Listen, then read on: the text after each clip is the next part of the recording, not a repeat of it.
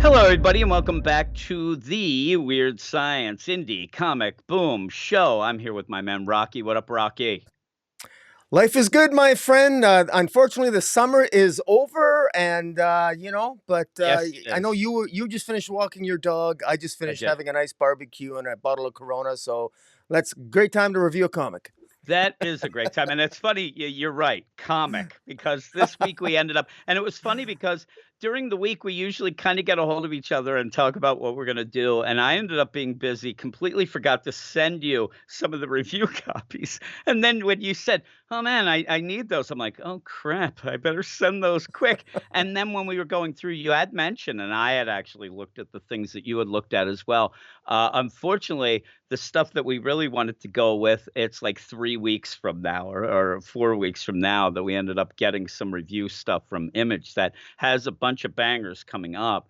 But this week, there weren't a ton of new number ones and not a ton of things. This is what happens, though, when you end up having a podcast that right when you start, especially something like Indie, where we haven't been reading everything out there yet, that we ended up hitting a brick wall of what to talk about this week. Yeah. But we did pick one book, and I actually like it. I think that it is itself a banger, and I hope that you like it as well. But even besides that, I don't know. I had a little bit of a down week with comics overall, and I'm looking forward to what usually pulls me out of that is our Sunday night recording of the indie comics thing. That usually does, and I think that this will Uh, in a bit. I don't know about you. yeah, How about you? it's a breath of fresh air. And we were talking earlier. I love one of the writers on this. One of the co-writers is Patton Oswalt. Yep. He's kind of he's a comedian, and I enjoy him when I see him on the shows. And there's been a huge influx over the last year or so, the last 2 years with screenwriters and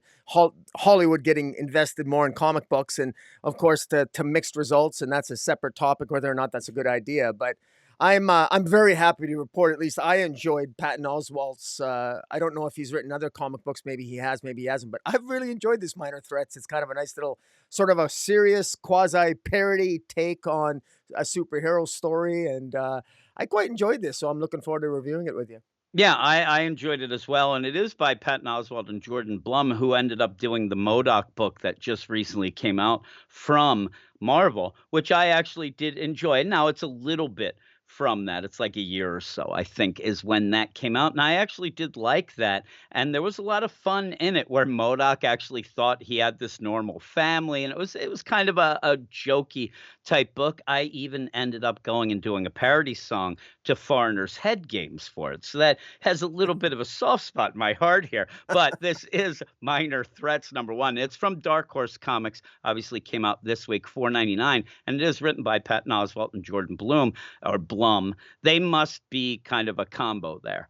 And if this is the case, and it seems like it works out, art by Scott Hepburn, I think that works out as well. Here is the solicit for it. It's hard out there for a supervillain, not the world conquerors, chaos engines, or arch nemesis, but the little guys, the ones who put on uniforms, knock over jewelry stores, and get tied to poles. And things are about to get worse. The psychotic Stickman has murdered Kid Dusk, sidekick to Twilight City's premier crime fighter, the Insomniac.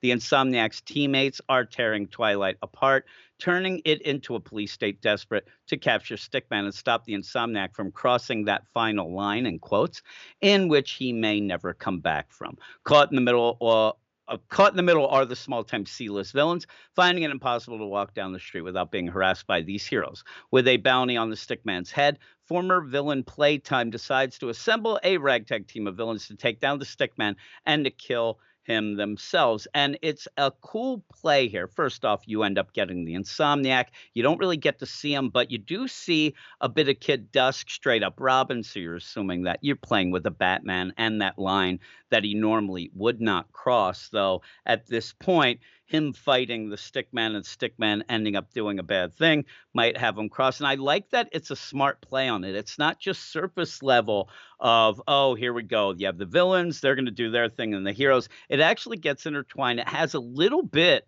of social commentary that I don't mind one bit because it's in a universe here and it works in my mind and it's not over the top. And that's the actual thing that I'll give more credit to this than anything else is that it's not over the top. Yes, it's funny, but it's funny with a dark twist, and it's a little more subdued than sometimes these end up being, things like this. So I go through this and I don't necessarily think, I don't know about you, but I don't think at the end, "Ooh, that's a lot of social commentary, and that's what this is, and this is gonna be." I just think of it as a new comic book universe that has a little jokey tinge to it because you have Patton Oswalt, at the helm.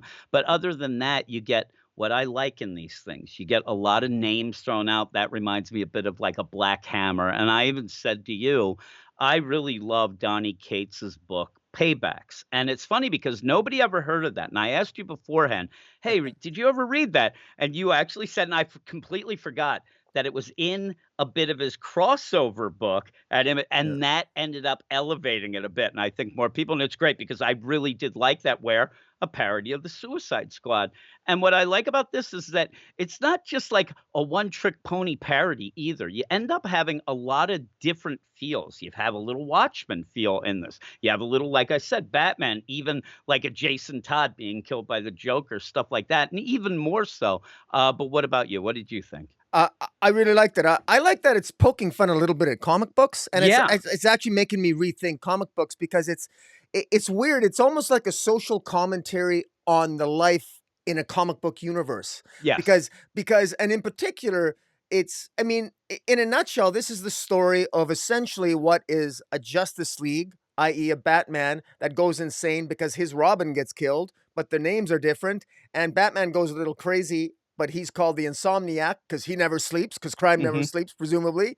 And he ends up going crazy and starts killing off all the villains. And then the villains, this former villain, this Playtime, who's the main character that we get to meet at the beginning, this Playtime girl by the name of Frankie Follis, sort of, she's trying to reform herself. She's a bartender.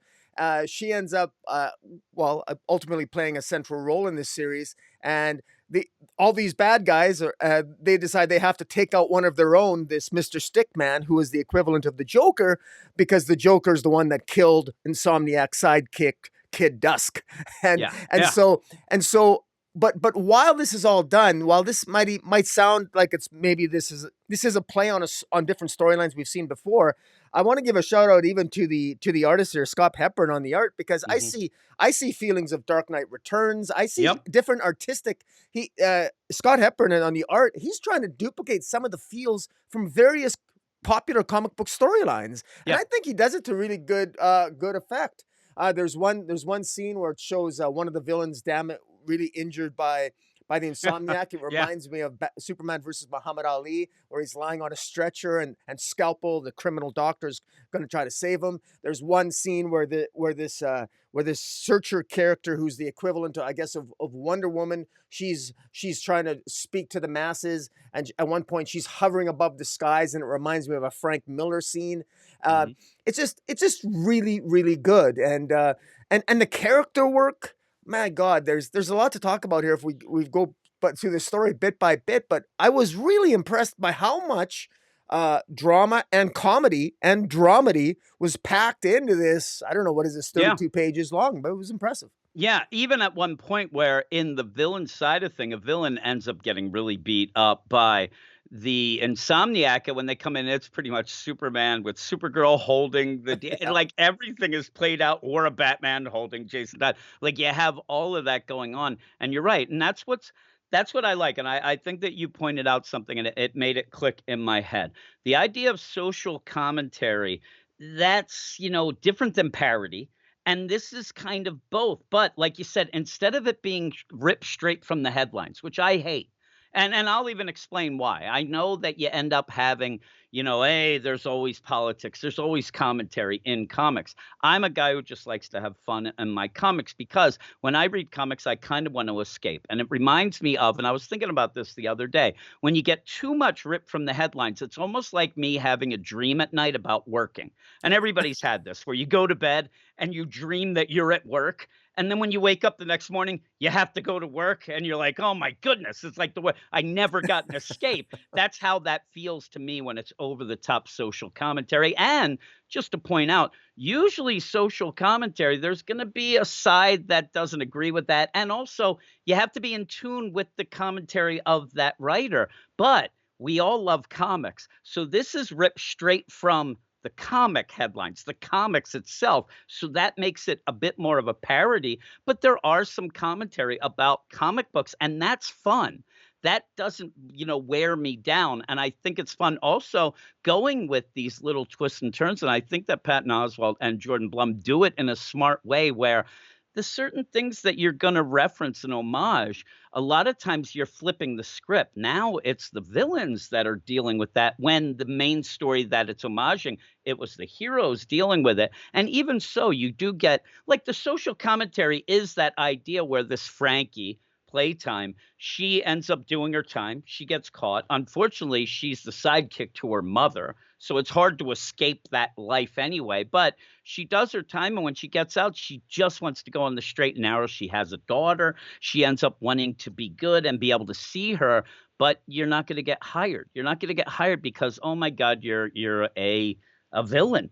You are a convicted villain. And it's a little more than just being like, oh, well, I shoplifted or whatever. And it's tough for people with that. But let alone that you're playtime and you're a known, not super villain, C-list villain, but still. And that's where I think it's kind of the play too. It's the idea that this Frankie's caught in between. She's not the over the top galactic villain that could end up doing. No, she is just the C-list villain who ended up being a sidekick to her mom, wants to go clean and can't. And that's really well done in this. And it's not, again, it's not right in your face. It takes the whole issue to kind of get that out because the character work of going through this is done very well. Yeah. And it's done very, not, it is a little subtle, but it's done in a long form way. Usually in these things, you'll end up first 2 pages, you have 80 jokes, everybody's doing nonsense. And it's not like that. And I think that what you get here is that Patton Oswalt and Jordan Blum are treating their characters, even though they're kind of jokey, even though they're, parodies, they're still treating them with respect and making them actual Well, characters. I love that the humor comes naturally and it flows Yeah. from scene to scene. I particularly love when we first meet her mother, and her mother is a former villain called Jack-o'-lantern, and her mother is very bitter at the Insomniac because she bitches about the Insomniac having she Having believes the their gun. Insomniac has a trophy case, and he has her gun, her Jack-o'-lantern gun, and she basically she alludes to what I hope is going to be something in a future issue. She tells her daughter that if you ever face the Insomniac, make sure you get my gun Yeah, get back. my gun back, please. I need my So, gun. And it is funny. And again, wouldn't that be if you ended up having, say, Mr. Freeze's freeze gun in the yeah, Batcave? He'd be pissed because yeah, he'd want it back. Like, you damn you. You have it as a, a trinket there. That's my thing. But you do play it off. And again, you have things that are tropes and things like you could say that this is just like Noonan's bar in DC or whatever. There's these bars everywhere in comics where it's that villain bar that you go. And even then, when you see, there's like a montage on the top of the bar that I swear you can see almost Spider-Man thing, but there are these characters in here. And it's a pretty cool deal where she has to work at this villain bar. It's the only place she can get work. We find out in the middle that her mom ended up being able to set that up for her. And you end up just being introduced to these characters, and they're pretty funny. I mean, and the draw that Scott Hepburn, the actual character work is great. That really gives the characters a lot of that personality as you go when you end up having Brain Tease, who, is the Riddler here or whatever it could even yeah, be, any sort of that character like that. And I like where the other villains are like, brain fart, just yeah, shut up. Like it's the Brain Tease. And he ends up where he wants to put his picture up again. It's like it's Cheers for villains, and he wants his picture up. It's pretty fun. It is really fun setting up where gradually you find out about this Frankie. You find out about playtime. You find out that she does have some special abilities. Unfortunately, her mom wasn't there to push that in a good way. She took advantage of it and ended up making her the sidekick of a villain.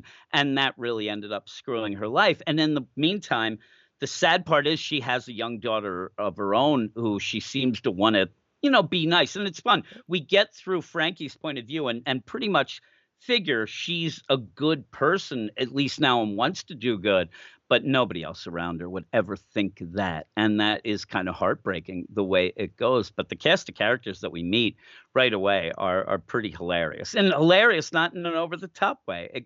They're not jokes, they're just pretty fun to do, and you could go with that because it does start out with her working in this bar, and, they're kinda you see, these are villains, they're not working well together, and I think that kinda plays out, and it will play out throughout this, is that idea too, where, yeah, you'll have a Justice League, but the Legion of Doom, they bicker a lot, that'll always be their downfall, and you kinda see that here. Yeah. Yeah, one of the things that really sort of threw me in a good way was at the beginning, she talks about, why, she's been asked before, why did she become a supervillain? Mhm. And that's never really answered. She contemplates, well, is it because of family? Was it because of greed, thrills, power? And she realized she's always lied to herself. And we're never really given an answer is why did Frankie fall us? Why did this Frankie, Yeah, whose name Playtime, why did she become a villain? And it's very likely because she's probably got a lot of good in her, but she yeah. followed in her mother's footsteps. Yeah, it is. I And think it's her and mom.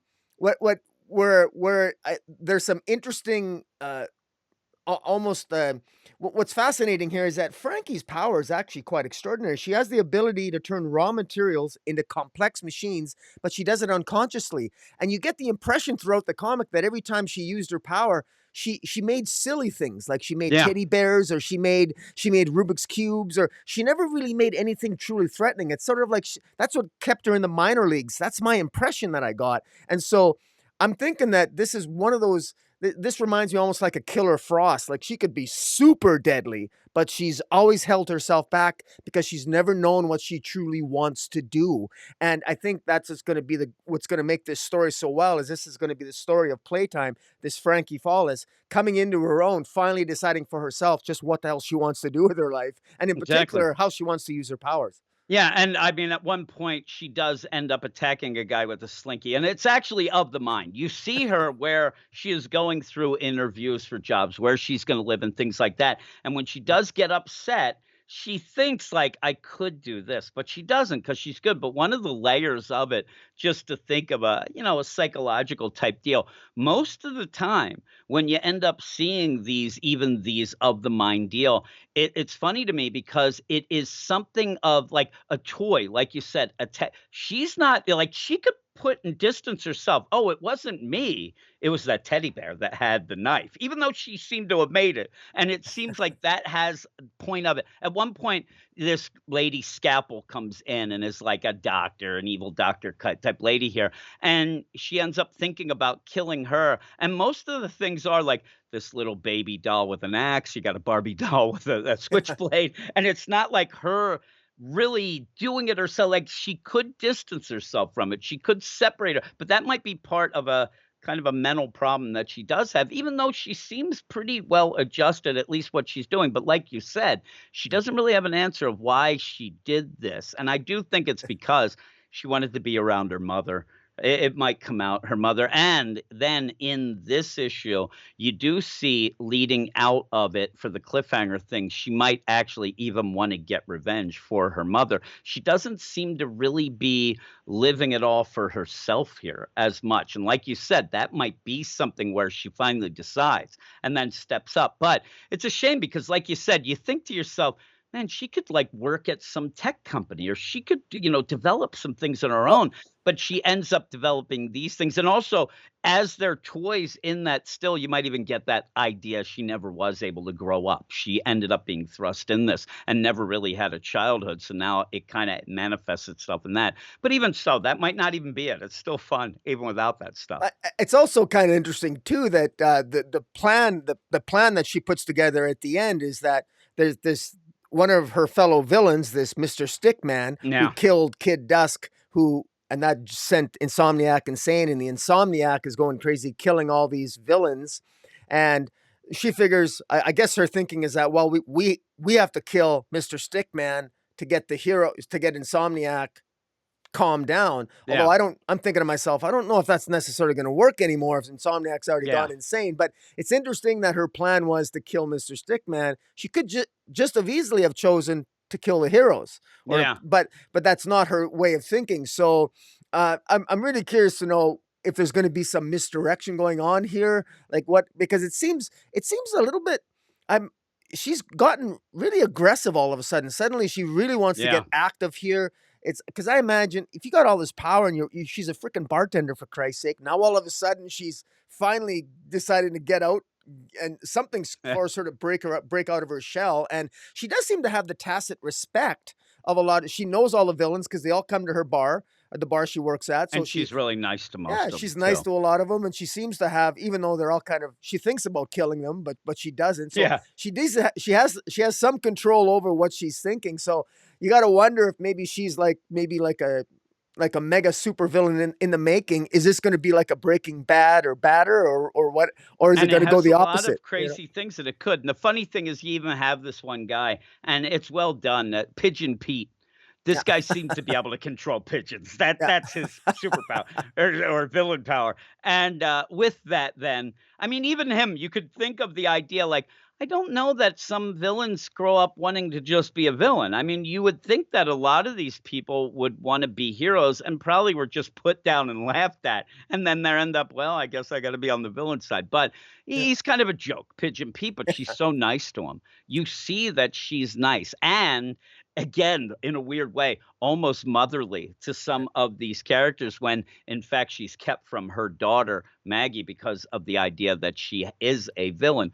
And the play here, there's a kind of a, it's a cool, it's a layered plan and a whole deal with it, because with that, the heroes are trying to stop the insomniac too, because if the insomniac goes way over the top, then everything gets shut down. Then the heroes don't end up being able to do their thing. So they're trying to stop. They put out a reward for them. In the meantime, all the heroes are also going after the villains. And then you end up having this Frankie, this playtime say, okay, well, we'll go after. It's like almost like that might be, like you said, it could stop the war here, or it could be something worse, or she just might want the reward because she needs the money, and maybe she wants to just yeah. leave her daughter something, because she does go to see her daughter at the one point, and it's kind of sad because she is trying to, and we see through it, she's trying to make her life better. She's trying to get away from this villain life. It's one of those. It's like the mob.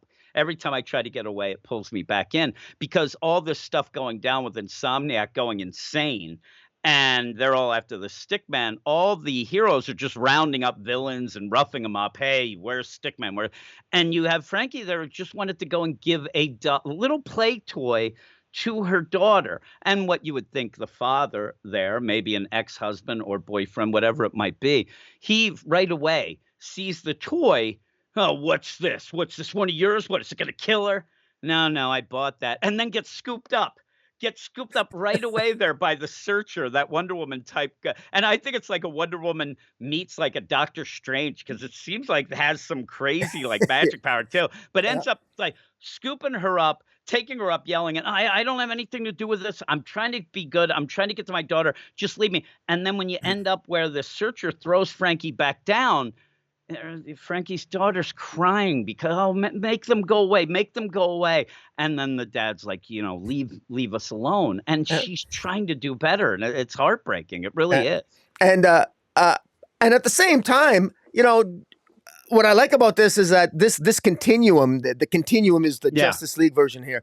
They're not all roses either. I mean, No. one of the funnier moments is that there's actually at one point the superheroes, apparently the continuum defeated a Kaiju Godzilla like Yeah. monster, and they literally let the bones rot on in Twilight City, in a dilapidated part of Twilight City, and they actually started, the poor people and the villains and the poor people and the downtrodden started to actually build homes on the Yeah. skulls and the of of this dead Keiji. So, I mean, this has like lower, like this is like Gotham City times Yeah. 10 in terms of And the even that degradation of it. reminds me a little of The Boys, even. I mean, there are a lot of things that you can reference. You find out that the heroes aren't so great. They don't really care. So there's a lot of different things that are thrown in. And the danger of that would be that you're going to end up kind of being generic. Oh my, Yeah, you're taking, but it's not, because they go from so many different things. And again, most people who are reading this may not even know all of the references. Like I said, at one point, there's a mention by the mother that's straight up Watchmen. And Yeah. if you didn't know that, that's you don't really need to. But if you do know it, you're kind of like, oh, I see. So it almost is like a Where's Waldo of everything like this, Yeah. or just something you're looking for And Easter eggs. even Look even for things. Pigeon Yeah. Pete represents the old school. He mentions the code that Yep. he speaks very highly of the code that and there was a code just like in Watchmen, like in the old days. There's a Yep. code that you don't kill, you don't I mean even the bad guys don't kill the good guy. You don't kill the sidekicks. You don't the heroes don't kill the Exactly. villains. And but Yeah. now suddenly this Stickman has broken the code, and now Insomniac has broken the code. But now there's no rules anymore, Yeah. and so it's like, okay, now where is this going to go? Like we've seen this in other comics before, like Watchmen, but this has because this is done like like you said with a little bit of social commentary, poking fun at comics, a little bit of parody, a little bit of comedy. It's kind of interesting to see what Patton Oswalt and Jordan Blum are going to be doing with this. Yeah, and again, you're walking a thin line at points where if you go one way or the other, you're going to end up like, ah, why'd you do that? Or that didn't play out well. But actually, in this, I think that they do it really, really well. The art really sells it, though, too. The art sells it with the character designs, even when you have this girl in jail, because you go back and forth. You're going to see her out of jail. You're going to see her in jail. And in jail, like you could just sit there and look at these different characters, and I'll give them credit here. Not everyone. It's not like, hey, listen, every character that you show or are seen has to be a parody of something else. That would Yeah. be too much. That would be too much. You end up seeing, and then you get the fun times of, oh, I wonder what their power is. I wonder what they do. And it's really, really cool. But even then, there's the play where when she is in prison, she's by herself. She's just there. Nobody's team. Everybody seems to be chummy with everybody else. They at least have somebody they're talking to or whatnot. And there she is, just minding her own business. Nobody talking to her, because I do think that through this, she was just her mom's sidekick. I don't think that her mom got her that involved with everybody else, but she's nice and people do like her. But here she is, just looking at the picture of her daughter in jail, just wanting to do her time and get out. And then when she does, unfortunately, she can't even get a job at like a McDonald's Well, because she is a villain. you've nailed it. It's a character story. It's a Yeah. story of one person's journey to find herself. And as cliche as that sounds, some of the best story. Yeah. There's a really Yeah. great story surrounding it because Oswalt and Bloom have done such a good job creating this world where this wannabe villain slash potential hero has to make some decisions, and we're watching her make them. And there's a lot of like. This is so rewarding for a longtime comic book reader. Yeah. Anybody listening who's read comic books for any period of time, you're going to see all kinds of something that you can relate to from other comics that you've read, major storylines. It's all in here. This is a lot of fun, and this is something that you know I mean, this hits all my buttons for like an indie comic. I agree. It's just I mean, this is a I give this a very high recommendation. This is Yeah, really I good. I do too. Even in this, well, you have this, Kid Dusk. He got killed. The Robin got killed. Batman, and you actually, and I think again, a smart deal to throw this kind of flashback scene where Frankie ran into the Kid Dusk and the Insomniac. They ended up catching her and tying her upside down. You have a play where the panels are all upside down. But even then, you get that little feels, because it's just this is Silver Age jokey Dick Grayson, like holy moly, Insomniac, and ends up kind of taunting Frankie, but not in a mean way. He ends up saying like, "Oh man, what are you, cuckoo lady?" And you end up in Insomniac, easy there, Kid Dusk, like you have. And actually, at this point, you see Insomniac treating Frankie kind of nice, not really bad. This isn't the I'm going to beat the crap. They're like, hey, you've been Yeah, out of the game so much. Why'd you come back? You're a little yeah, slow. Maybe you can get, some help, whatnot. And I think that that really plays out again, where you do have this Insomniac, this Batman character who's gone nuts because of the fact that Robin has been killed. And you can play a lot of things here. I'd like to see where it goes, because you can find out that, like you mentioned, the heroes that we see are not that great, right? They seem like they have an edge as well. They're not yeah. exactly the nicest. So, is it going to be a play where here's a Batman character that doesn't have a Superman there to kind of be there for him, to help him out or what. And Like, you can play a lot of things. They may not, but I think that this is set up so cool that well, I would like to see a lot of it. I agree, and one of the things that I think both the heroes and the villains have in common in this issue, in terms of in terms of what their motive is or agenda, while that's probably not a appropriate word Yeah. for it, but they want to restore the code. It's in the vested Yeah. interest of both sides here to go back to a code of conduct where, and maybe the code itself was kind of silly. It's sort of like the mafia code. Well, you only kill in certain, well, you're still killing, right? So Yeah. even the code itself, there shouldn't be criminals or bad guys, but there is a line. I mean, things can always be worse, and they're getting worse in this superhero Mhm. universe. And this is where, when we spoke earlier about the social commentary about other superhero universes, let's face it. I mean, DC and Marvel in particular, the big two, they're always trying to push the envelope, always trying to go a little bit extra with, pushing the envelope in terms of the violence and in terms of Yeah. like going that one extra mile. And we're always, especially those of us, I've been criticized as a DC reviewer at times, uh, about, always wanting hope. I sound like, Marsh off the Brady I Bunch, get told hope, I'm a hope, hope, hope, prude. hope. I want more Yeah. hope. I want more hope, because everything's getting so dark and gloomy and everything else. It's almost like I want a certain code restored to the way comics are made for DC, for example, Yeah. and here it is, like, this is under attack, like this darkness, this Yeah. Stickman's broke the rules. And so, anyways, it's I like And how it sort of yeah. speaks outside the comic. And even in that, I mean, you wanna keep going with the parody and whatnot and the homages. This is again like Injustice. It's very Yeah. much like that. What would make or One Bad Day, but for a hero. These things. And what I do like then is where Frankie and you're saying, darkness, darkness, darkness. I mean, it gets pretty dark, right? But at the end, you see guy with pigeons and the leader of who is saying, "Hey, everybody, we got to get this together," is throwing these attack toys on a table, which is a bear with claws that looks like Wolverine. You end up having a, Buzz Lightyear and a Rubik's Cube Uh, and maybe like, some other Disney type things, but they are darker. So it almost plays off that idea of like, oh, there's the darkness of this, a teddy bear that looks like Wolverine with a tie. And it's goofy, but it works. I like where that bear goes over and there's the picture of the stick man and it claws that like it's I'm gonna get that.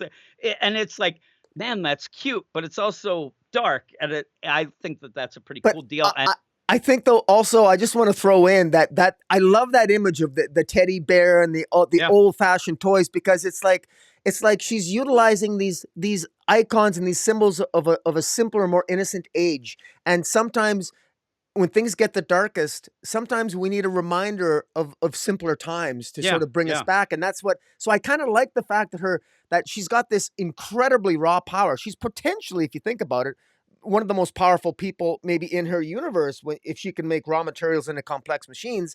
And yet, isn't it, it's almost kind of refreshing that she creates innocent toys out of it. She doesn't, it's not her immediate instinct to yeah, create world destruction destroying machines. yep.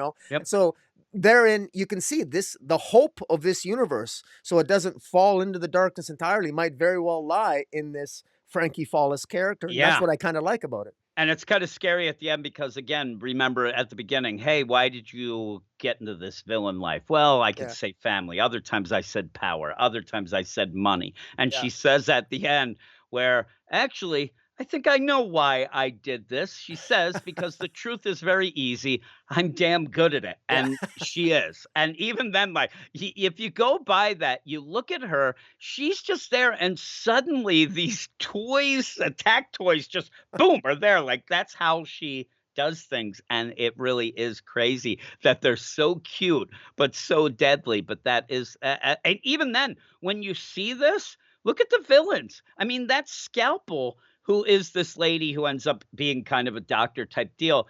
She was pretty badass earlier. Like she was talking crap. The whole Yeah. she's shocked. They actually seem like they're like, "Oh my god, what are you doing? Oh my god, it's horrendous." And I thought that that was really neat. Well, I thought it was really neat. and one of the things I really like too, I love the name of the major villain here, Mr. Stickman, Yeah, because I Stickman. remember how many of us as kids, even those of us who, I always wanted to be an artist. Of course, I couldn't draw worth shit. So what did I draw? Stickman. Stick And guys, yeah. so, I mean, I'm sure that's intentional. I'm sure it is. I mean, he's the Joker character. He's bald like Lex Luthor, but he's Mhm. crazy like the Joker.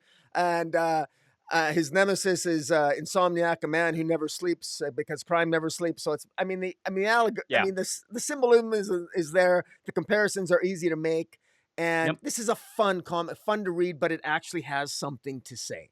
Yeah, yeah, and even so, like there is a scene where you do have, and it's straight up Watchmen, like we said, and it looks like Stickman got a little handsy with, Frankie's mom. But in that, I do think, that's not good. But when the mom goes off, because this was all called Stickman wanted to get everybody together, we were going to form a team, whatnot. When the mom goes off, you end up having Frankie there, and she's making these alive toys of a sock monkey and a He-Man figure that they're just like at that point they're just kind of playing like, almost like action figures. Like it's so innocent, but then that seems to be and again, as we go through the layers, that also might be the deal where look how happy she looks. The mom ends up getting assaulted, it seems, and then comes out and grabs Frankie and goes, and this might be when things got dark, even for her and her mom and the thing like that. So we'll have to see. We'll have to see how that plays out and what goes on. But there's some pretty cool things here, and it's one of those things. Even if it is jokey, and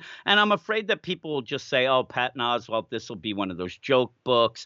And you said a lot of newer writers. You're grabbing a lot of people from different non-comic book kind of phases, bring them in, and a lot of time it hasn't worked. I think this works, and actually, this works enough where I want more. I want an expanded deal. I could see this being something where you could. I'm not going to say it's going to go full out like a Black Hammer, but I wouldn't mind having little one shots of different characters. I would like this to continue. I think it's good enough to do that. I think that it really is, and I think that the way that it's played out, where it's based mainly on that character of Frankie and really centering on it, that even reminds me a bit of why I like, say, manga, because I like the character. I'm intrigued by her power. I want to see more of her.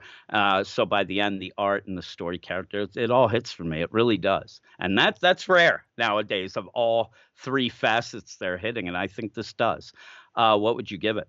Uh, I was at a 9, but after talking with you, I'm going up to a 9.5 just Yep. and I'm and the extra point 5 is because, as a comic book fan, I just realized how much I love this all the more because it Yeah. just reminds me of so many other great comics I've read, so I'm giving it an extra point 5 for that, so Yeah, 9.5. I'm a 9.5. I was a 9.5 right away, and it got me excited. But I don't want to go too high on the first issue because I want to see how it plays out. But this is definitely something that a lot of the other things we've talked about that I've liked. I'm not going to tell you though that I would be on a pull list all the time or whatnot. But this definitely would be.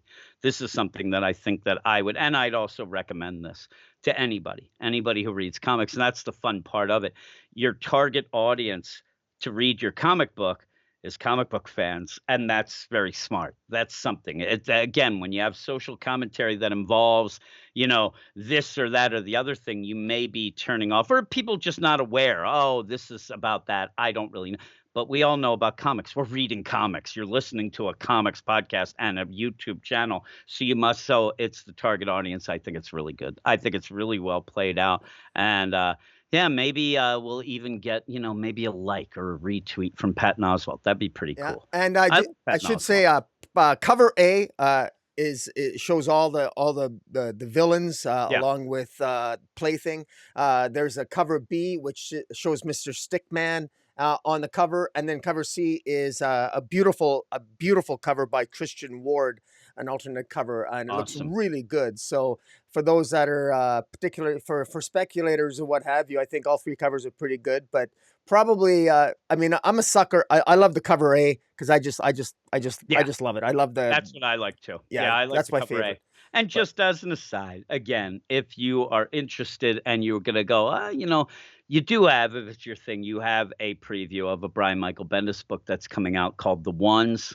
It's coming out in November. They have a little preview. It's very quick, but you get to see that. And, yeah, hopefully Brian Michael Bendis still has some fans out there. I'm not sure, but you end up with that. And I really did like this again, and I would fully recommend it. And I hope that it sells. I hope that it does well. I hope that people give it a chance. You would hope that Patton Oswalt's name might get that. So hopefully that is the case. yeah. But yeah.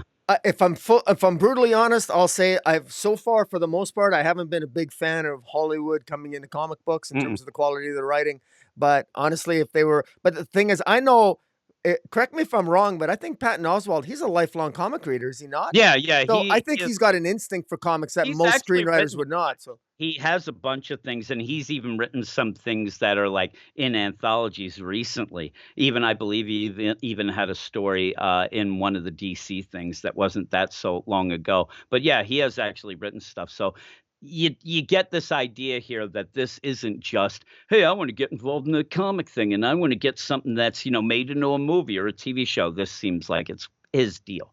Like, yeah, he is into it. Again, you end up having something, and this is different because, yeah, Keanu Reeves and that Berserker, but he's kind of like, yeah, I'll kind of give you a little bit idea. We'll put my name on it, but I, get other yeah, people to write it and things like that. But that's cool too because he recognized that, hey, I'm not really this, and let's go. But I think that maybe that's the case. You have to get somebody who isn't just, hey, an actor or hey, that guy's a comedian. You have to have people who are into the comics and understand it. And this shows. yeah. This is about all these storylines. You could not go into this and write this without at least reading some of the bigger stories to get Oh, yeah. this, whole Oh, thing. Yeah, exactly. This yeah, is not just some. You can tell this guy knows comic books. yeah, I mean, yeah, well, and both him and yeah. Jordan Jordan Bloom, Blum. they've Oh, yeah. read. These Oh, are comic book fans, and yep, that's what I love. This is like just like Jeff Johns is so good. He's also a very good fan of DC, and he's written great comics. But you know, like that's why this is so impressive. yep. This is really impressive stuff.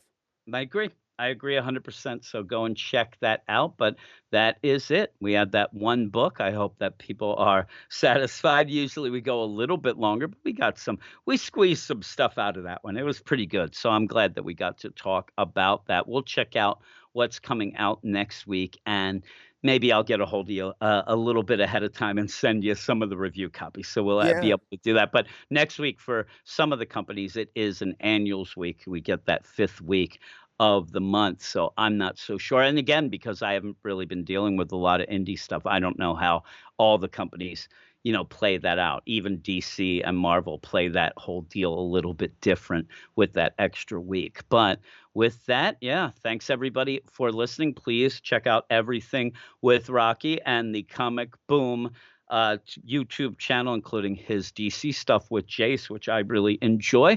I shake my fist at Jace, and then I give you like an imaginary high five. Just yeah, tell Jace that, and like, oh, Jace, and all that. But yeah, check out all the things. shout out to Weird Science DC. Yeah. I'm a member of the Gret Fresh crew. Uh-uh. Join the Patreon for the Weird Science.